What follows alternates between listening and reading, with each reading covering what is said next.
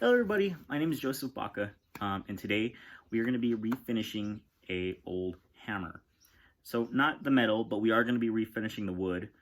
The majority of the time, the things you're going to be refinishing are going to be old, very used, furniture, family, pieces you've had for a long time. The resources that you're going to need are going to be a wood putty.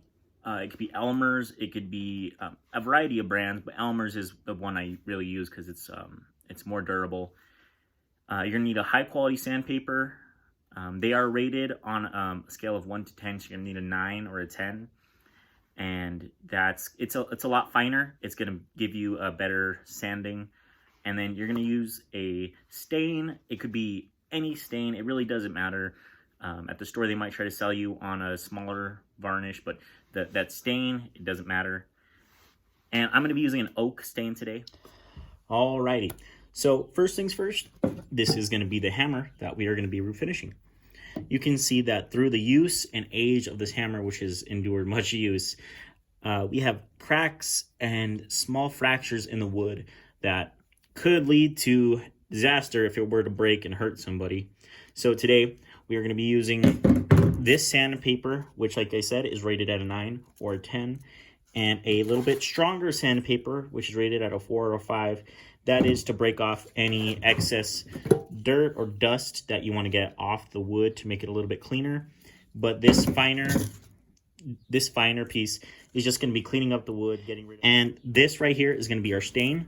Like I said, this is going to be this right here actually is a house and fence stain, which is, like I said, you can use any kind of stain. It really doesn't matter. The whole point of the stain is just to give it that color, and even these stains that are meant for the outdoors will do an even better job because this stain will last longer and endure better. So we're going to begin here with the sanding, and you're just going to want to get the whole shaft of the hammer. You want to sand it all the way down. You're going to want to completely get rid of all the splinters and get rid of any excess dust or dirt, like I said. And altogether, all these resources will usually cost about $15, especially if you get a smaller amount of stain, which you can find for about $5 at Home Depot or Lowe's. So you're just going to get a good sanding. All right. All right. It's not a whole lot to it. It's very simple, but it'll make this hammer look like $1,000,000. All right. So you can see his hammer is now completely smooth. We could work this edge a little bit better maybe, but now comes this Gorilla wood glue, which will function as a wood putty for us because I did not have time to go grab it from the store. But any kind of wood glue, the whole point of all this is to seal all these fractures in the wood. All right, so this next step, we are going to be getting a rag, or you can use any kind of glove to apply the wood putty or wood glue to the actual hammer. So all you're going to be doing is you're going to get a nice glob.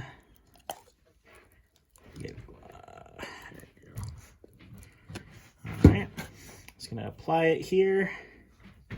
There you go. Perfect. You're going to get this, and you're just going to rub that into any of those stress fractures you're going to see along the wood. You're just going to rub that in.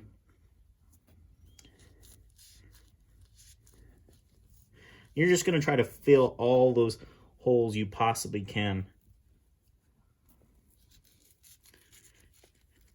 Like I said, this will act as a wood putty, but you can buy a more specific wood putty made for filling these holes at Home Depot, Lowe's, or Walmart, and it'll come with those specific instructions.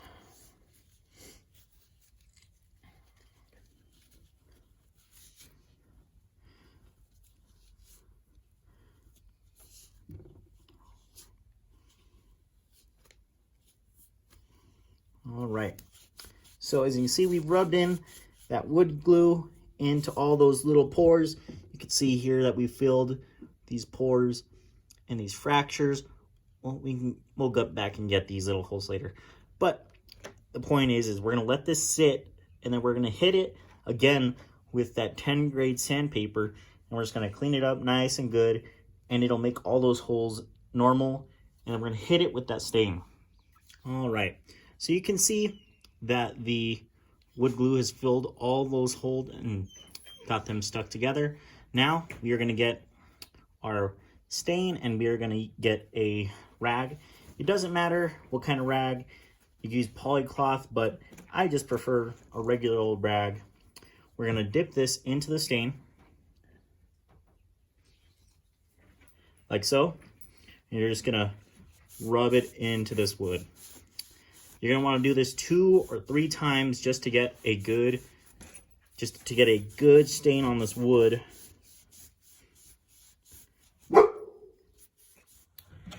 All right, so we finished up with the sanding, and we finished with that wood putty, and then we just finished up with that wood stain. So you'll see that the base of this hammer, the lines have been sealed, and all that wood putty has filled all those gaps. So now, after we put the stain, we just wait about 6 to 7 hours for all of this to come together, and it'll look great. However, with some of your bigger projects, it may take longer, which would make sense, you know, with it being a bigger project. Thank you very much.